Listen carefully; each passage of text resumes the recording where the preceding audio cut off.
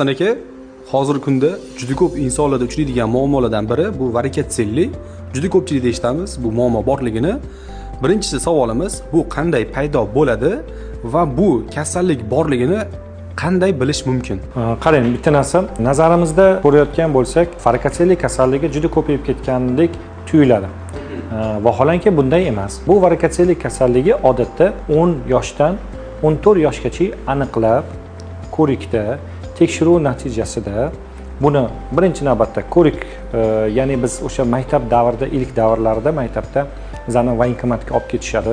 Bu an'anaga aylangan va o'sha hududdagi poliklinika o'z zimmasiga oladi. Qizlarni ham tibbiy ko'rikdan o'tkazadi, bolalarni ham tibbiy ko'rikdan o'tkazadi. Mana shu tibbiy ko'rikdan o'tkazayotgan davrda bu ilk aniqlanadigan davr hisoblanadi. Yoki bo'lmasa, agar u davrda aniqlanayotgan holatlarda bilinmagan bo'lsa, og'riqning natijasida farzandning otasiga murojaati yoki onasiga murojaati natijasida u doktorga olib borilganda bu narsa aniqlanadi. Ko'pincha holatlarda ko'rikda o'sha palpatsiya qilishimiz natijasida 3-darajasi aniqlanadi. Va bu yerda operativ chora-tadbirni ko'rishni tavsiya qilinadi. Va birinchi, ikkinchi stadiya bo'ladigan bo'lsa, agar u yerda tuxumda, yorg'oqda og'riq holatlari kuzatilayotgan bo'lsa, bunda biz bemorlarimizga shu narsa va boshqa doktorlarimiz ham bemorlarga shu narsani tavsiya qiladiki, ya'ni dupleks, ya'ni doplerografiya qilishlik kerak va lozim deb hisoblaydi.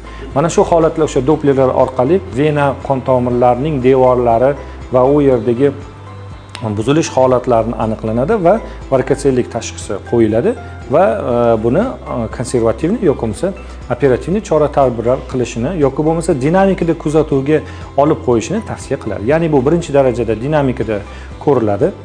Ikkinchi, uchinchi darajada bo'lsa xirurgik muolajalar, xirurgik chora-tadbirlar ko'riladi. Kelajakda bu bepushtlikka olib kelmasligi va albatta bepushtlikka olib kelmasligi ham mumkin. Bor shunday bemorlarimiz, ikkinchi, uchinchi daraja varikatsellik, lekin bir narsani yodimizda tutishimiz kerak, erta jinsiy aloqadan qolishga olib kelishligi mumkin. Bu esa biz возрастной androdefitsit deymiz.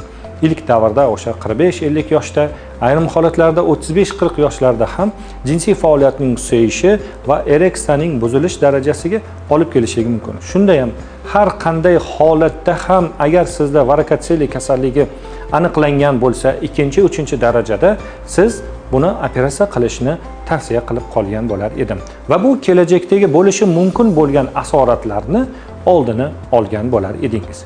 Endi bir narsani aytamiz, varikatsellik kasalligi umuman aytganda bu qon tomirlarining buzilishi, klapanlardagi o'zgarishlarning hisobiga va shunday holatlar bo'ladi. İlk yetuk balog'at davriga kelayotgan, o'sayotgan farzandimiz bu davrda birdaniga o'sib ketishining natijasida qon tomiridagi klapan yetishmovchiligi va qon tomiridagi devordagi yetishmovchiligi va u qilinayotgan nagruzkalarning hisobiga, ya'ni bu jismoniy nagruzkalar bo'ladi, bu bo'ladi og'ir yukda ishlovchi farzandlar yo og'ir jismoniy harakatda shug'ullanuvchi farzandlar bo'lishligi mumkin. Mana shu jarayonni rivojlanishiga, keskin progressiv holatga o'tib ketishiga zamin yaratib beradi. Shuning uchun o'sayotgan balog'at davridagi farzandlarimiz biz yuqorida aytib o'tilgan barcha ma'lumotlarni agar ko'rgan, kuzatib borayotgan bo'lsangiz, ana shu ko'riklar natijasida bu narsalar aniqlanadi va buni bartaraf qilishni tavsiya qilamiz. Sog' bo'linglar, salomat bo'linglar. Sizning sog'lig'ingiz bizning baxtimiz.